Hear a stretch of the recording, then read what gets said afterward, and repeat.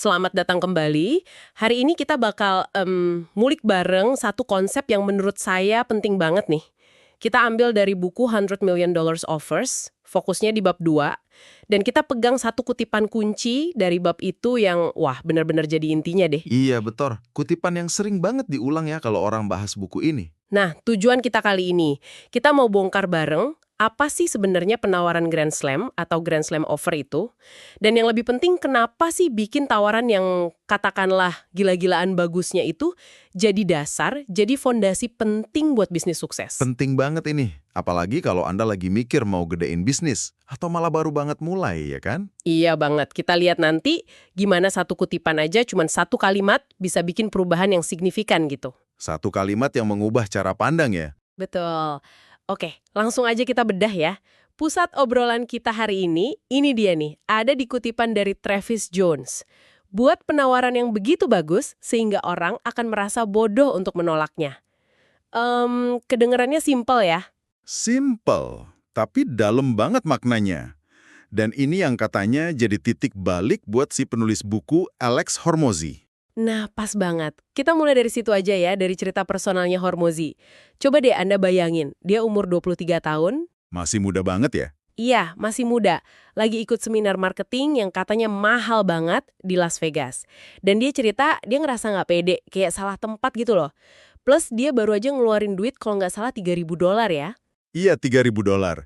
Duit yang dia bilang sebenarnya dia nggak punya waktu itu. Jadi benar-benar nekat. Kebayang ya tekanannya. Ini gambaran titik awal perjuangan yang mungkin kedengaran familiar buat sebagian dari Anda. Rasa kayak, aduh ini bener nggak ya jalannya, bingung gitu. Nah, justru di momen yang dia bilang rapuh kayak gitu, pas lagi nggak yakin-yakinnya, dia dengar kutipan Travis Jones tadi. Yang bikin menarik di sini tuh menurut saya ya, gimana kutipan itu langsung mengubah fokus dia secara drastis. Mengubah fokusnya gimana tuh? Jadi dia nggak lagi pusing mikirin, wah gua harus jadi jago jualan banget nih, atau gimana caranya nguasain semua trik bujuk rayu, gitu kan. Fokusnya geser total. Geser ke gimana caranya merancang sebuah penawaran. Jadi soal desainnya.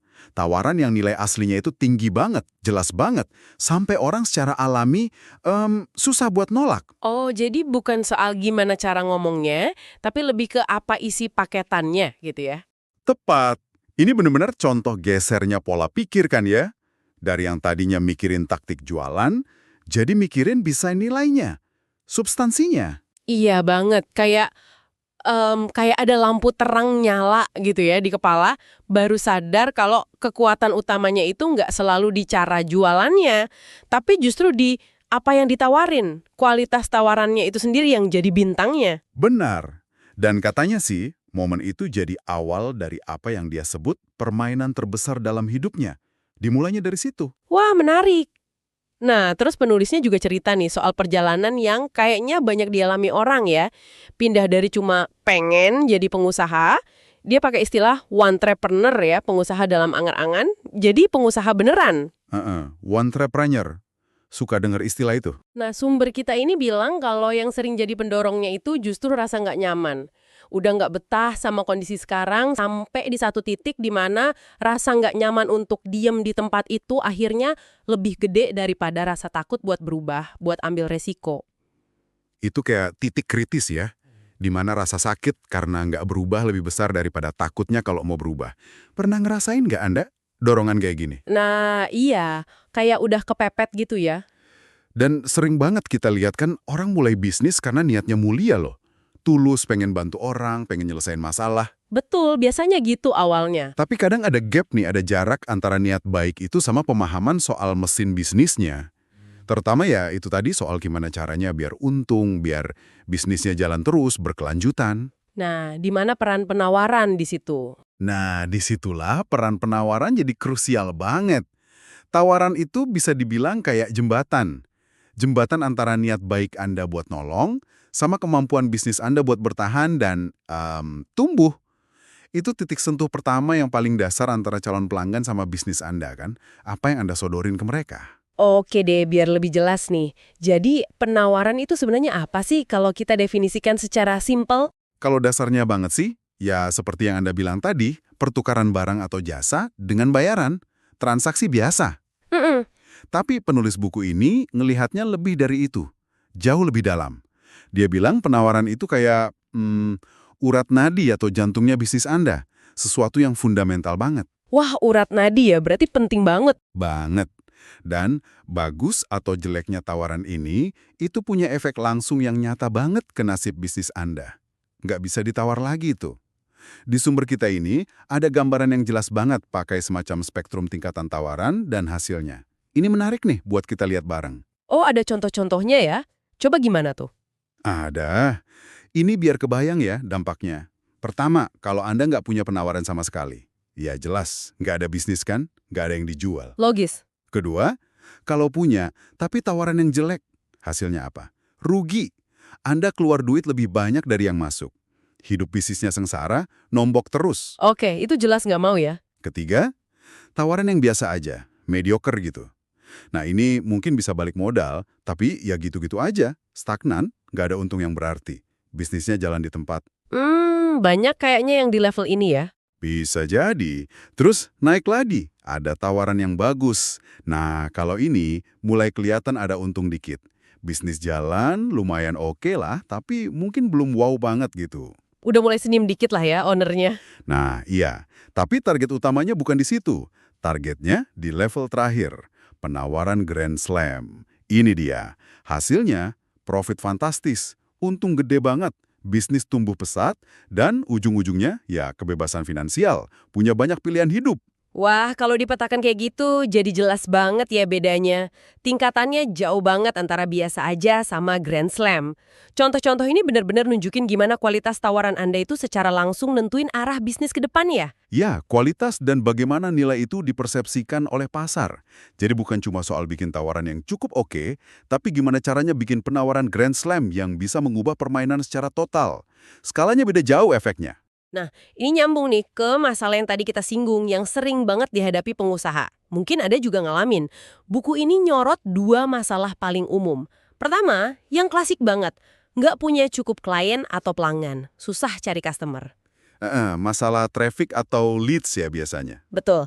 Kedua, yang sering ngikutin, nggak punya cukup uang tunai. Maksudnya profit bersih di akhir bulan itu tipis banget atau malah nggak ada. Kurang cash flow ya, ini penyakit umum juga. Kedengaran familiar nggak buat Anda? Di sumber kita disebutin kalau model bisnis biasa itu seringnya cuma bikin bisnis sekedar bertahan, impas doang, nggak ada ruang buat tumbuh pesat, buat investasi lagi. Bener banget, banyak yang kejebak di situ. Nah, disinilah konsep penawaran Grand Slam itu diajuin sama Hormozi sebagai solusi strategis, solusi langsung buat dua masalah inti tadi, kurang klien dan kurang profit. Di mana caranya Grand Slam offer ini bisa jadi solusi buat dua masalah itu sekaligus? Idenya tuh sebenarnya simpel tapi kuat. Dengan naikin nilai yang dirasain ini penting ya, yang dirasain dari tawaran Anda secara signifikan. Jadi bukan cuma nilai aktualnya aja ya, tapi persepsinya juga. Betul, persepsi itu kunci.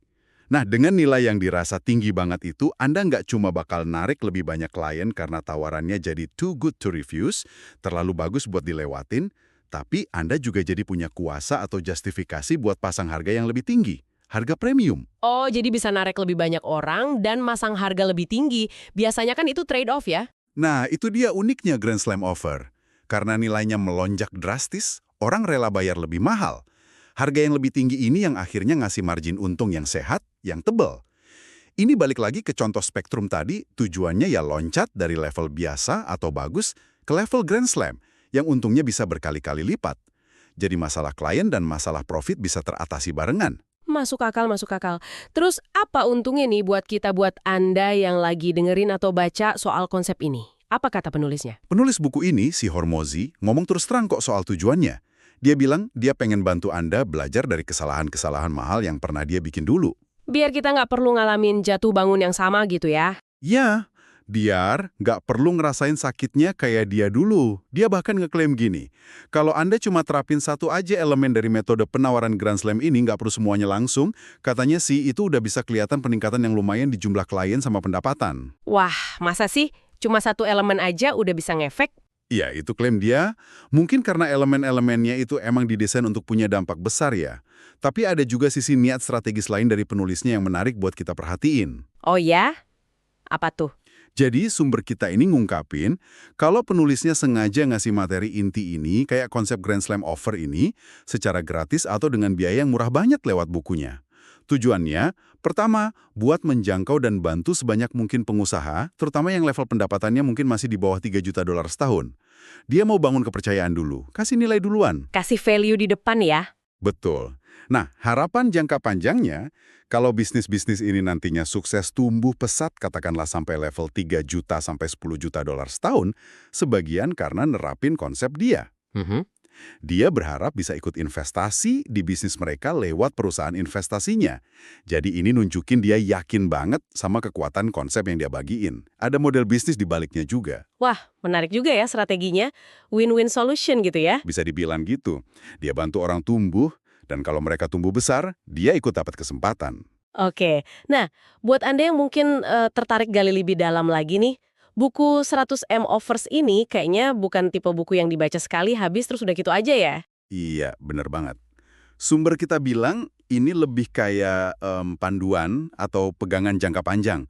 Sesuatu yang mungkin perlu Anda baca ulang, mungkin setahun sekali, seiring bisnis Anda berkembang dan merubah. Garis besarnya sih, isinya itu ngebahas topik-topik penting kayak strategi nentuin harga atau pricing, terus cara nyiptain nilai atau value creation. Itu yang penting tadi ya, value creation. Iya. Terus ada teknik-teknik buat bikin tawaran makin menarik lagi, enhancement istilahnya. Sampai gimana nerapinnya di lapangan, implementasinya. Lengkap sih kelihatannya. Oke, jadi komprehensif ya cakupannya. Kayaknya gitu. Jadi setelah kita ngobrol panjang lebar nih, apa sih inti yang bisa kita ambil dari pembahasan kita soal bab 2 ini? Gimana kita simpulinya? Menurut saya, intinya gini. Penawaran Grand Slam itu bukan cuma soal ngasih diskon gede-gedean atau numpuk bonus yang nggak jelas juntrungannya. Bukan cuma obral murah gitu ya? Bukan. Ini lebih ke pendekatan strategis dan mendasar. Gimana caranya Anda ngebangun seluruh bisnis Anda itu di atas fondasi sebuah tawaran yang nilainya itu tinggi banget, menarik banget.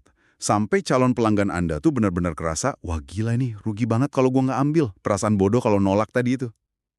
Jadi fokusnya di nilai yang luar biasa itu ya? Iya, dan ini jadi cara yang terstruktur buat ngatasin dua masalah klasik bisnis tadi. Kurang klien dan kurang untung. Itu intinya. Dan yang paling bikin saya kepikiran juga sih, ini soal geseran fokus yang fundamental tadi. Iya, gimana tuh menurut Anda? Dari yang mungkin awalnya kita, sebagai pebisnis ya, mikirin banget soal teknik jualan, ngapalin skrip ABC, atau cara nanganin penolakan XYZ. Fokus di tekniknya. Iya, jadi fokus ke isi dari tawarannya itu sendiri, substansinya.